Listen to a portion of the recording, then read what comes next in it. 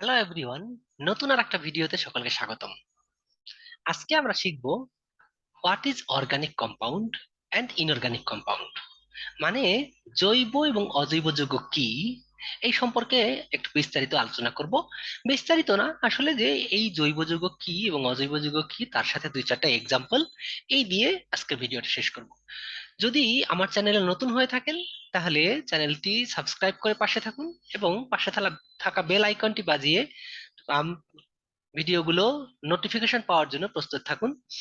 আর ভিডিওটিকে একটু বেশি বেশি শেয়ার করে অন্য নতুন যারা আছে তাদের মধ্যে পৌঁছে দেওয়ার চেষ্টা করুন, যাতে বাংলা ভাষাভাষী যারা ইংলিশে তুলনামূলক দুর্বল তারাও যেন রসায়নের এই বিষয় সম্পর্কে কিছুটা জ্ঞান আহরণ করতে পারে, এবং সেটাই আসলে আমার এই ভিডিও বানানোর সার্থকতা হবে। সো বেশি কথা না বলে আমরা চলে যাই যে আসলে জৈব যৌগ এবং অজৈব যৌগ কি জিনিস।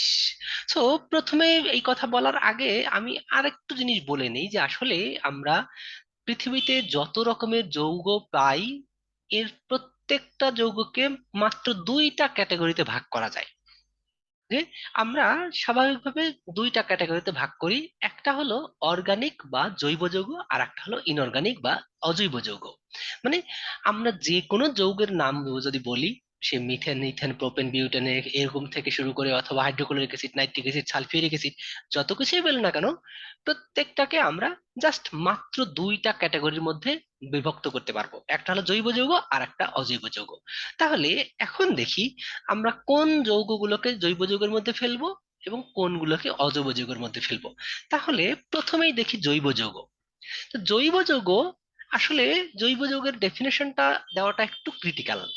ক্রিটিক্যালটা এই কারণে যে আসলে ডেফিনেশনটা আমরা যেভাবেই দেই না কেন, কিছু অংশ বাদ পড়ে যায়, অথবা কিছু অংশ একটা ঝামেলার মধ্যে থেকে যায়, যে আসলে কমপ্লিটলি ডিফাইন করাটা একটু মুশকিল।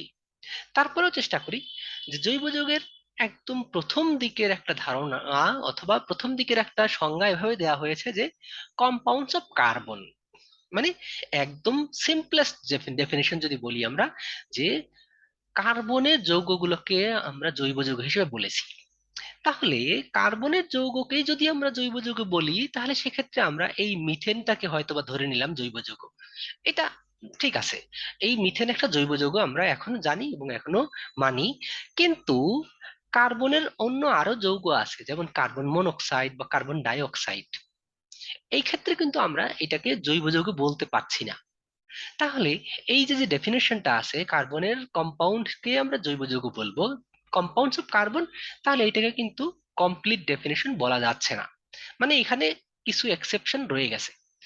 তারপরে আবার দেখি কি, compounds of carbon and hydrogen, দ্বিতীয় আর একটা ডেফিনেশন। সো সেখানে বলা হয়েছে কি, compounds of carbon and hydrogen, মানে কার্বন এবং হাইড্রোজেনের যৌগগুলোকে আমরা জৈব যৌগ বলবো। তাহলে সেক্ষেত্রে আর একটা সমস্যা, যে তাতেও কিন্তু আমরা জৈব যৌগের টোটাল ক্লাসিফিকেশন অথবা টোটাল ইনক্লুশন আমরা করতে পারছি না। যেমন এই যে মেথানল, CH3OH, এই যে একটা যৌগ আছে, এই যৌগটাও কিন্তু একটা জৈব যৌগ। তাহলে এখানে কিন্তু আমাদের কার্বন এবং হাইড্রোজেনের বাইরেও অন্য কিছু এলিমেন্ট আছে। আরো যদি আমরা একটা বলি যে সবসময় শুধু কার্বন এবং হাইড্রোজেনের যৌগই যে জৈব যৌগ হবে এমন না, অন্য কোনো যৌগকেও আমরা জৈব যৌগ হিসেবে ধরতে পারি, যেমন CCl4, কার্বন টেট্রাক্লোরাইড, এটা একটা যৌগ, এটাকেও আমরা কাইন্ড অফ জৈব যৌগ হিসেবে বলতে পারি। তাহলে সেই ক্ষেত্রে আমরা দেখতে পাচ্ছি কি, যে কার্বন এবং হাইড্রোজেনের যৌগ হলেই যে সেটা জৈব যৌগ হবে, বা অন্য কোনো যৌগকে আমরা জৈব যৌগ বলতে পারবো না, তাহলে সেখানেও কিন্তু লিমিটেশনটা থেকে যাচ্ছে। তার পরবর্তীতে আর একটু মডিফাই করা হলো, যে আসলে এখানে আমরা বলেছিলাম শুধু কার্বনের, তারপরে বললাম কার্বন এবং হাইড্রোজেনের, আর একটু মডিফাই করে যদি বলা হয় a large class of chemical compounds in which one or more atoms of carbon are covalently linked to atoms of other elements. মানে এখানে যে একটা বড় গ্রুপ অফ কম্পাউন্ড, যেখানে কার্বন এবং হাইড্রোজেন এই ধরনের কিছু পরমাণু একে অপরের সাথে সমযোজী বন্ধনে আবদ্ধ হয়ে একটা গ্রুপ অফ কম্পাউন্ডস তৈরি করে, তাহলে সেগুলোকে আমরা বলেছি জৈব যৌগ। এর মধ্যে আবার কি কি আছে, হাইড্রোজেন, অক্সিজেন, নাইট্রোজেন, এরকম পরমাণু থাকতে পারে। সো এখন আমরা আর একটু এক্সটেন্ড করলাম, তারপরেও কিন্তু এক্সটেনশনটা কমপ্লিট হলো না। সো ফার্দার যদি আমরা ডিফাইন করি, এই যে এখানে simply the compounds of carbon with hydrogen, oxygen, nitrogen, sulphur, phosphorus and halogen, মানে হ্যালোজেনের মধ্যে আছে কি ক্লোরিন, ব্রোমিন, আয়োডিন।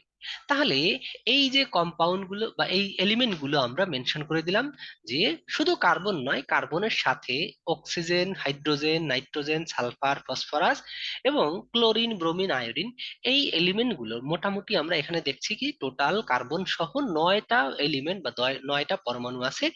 এই যে এই কম্পাউন্ড মানে এই পরমাণুগুলোর সহযোগে যে কম্পাউন্ড গুলো তৈরি হয় সেগুলোকে আমরা মোটামুটি জৈব যৌগ হিসেবে ধরতে পারি।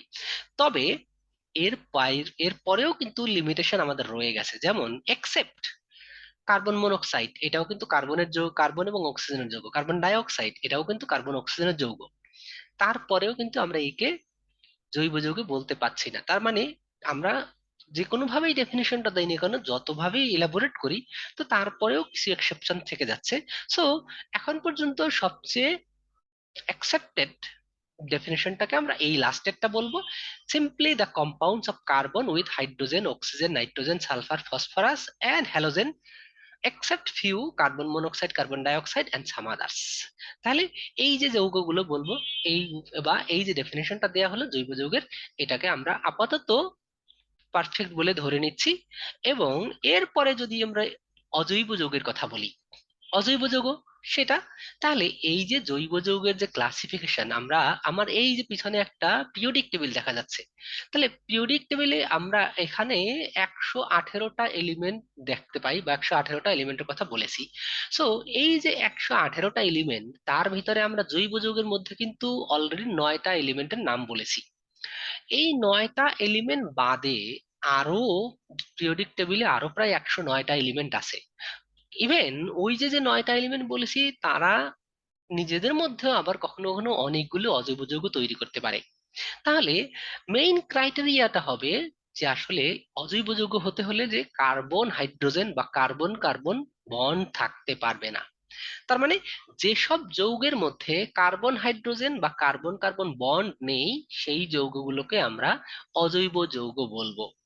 যেমন এখানে এক্সাম্পল আছে, এই যে HCl, sodium hydroxide, sulphuric acid, H2O মানে পানি, অ্যামোনিয়া, এর কোনোটার মধ্যেই কিন্তু কার্বন হাইড্রোজেন অথবা কার্বন কার্বন বন্ডের প্রেজেন্স নাই বা উপস্থিতি নেই। তাহলে আমরা এখানে যা দেখলাম যে আসলে যদি কোনো যৌগের মধ্যে কার্বন হাইড্রোজেন বা কার্বন কার্বন বন্ধন না থাকে, তাহলে ওই যৌগগুলোকে আমরা অজৈব যৌগ হিসেবে আখ্যায়িত করতে পারি। সো এই হলো আজকের ভিডিও। যদি ভিডিওটি ভালো লেগে থাকে তাহলে লাইক এবং শেয়ার করে ভিডিওটি বেশি করে মানুষকে দেখার সুযোগ করে দিন। ধন্যবাদ সকলকে।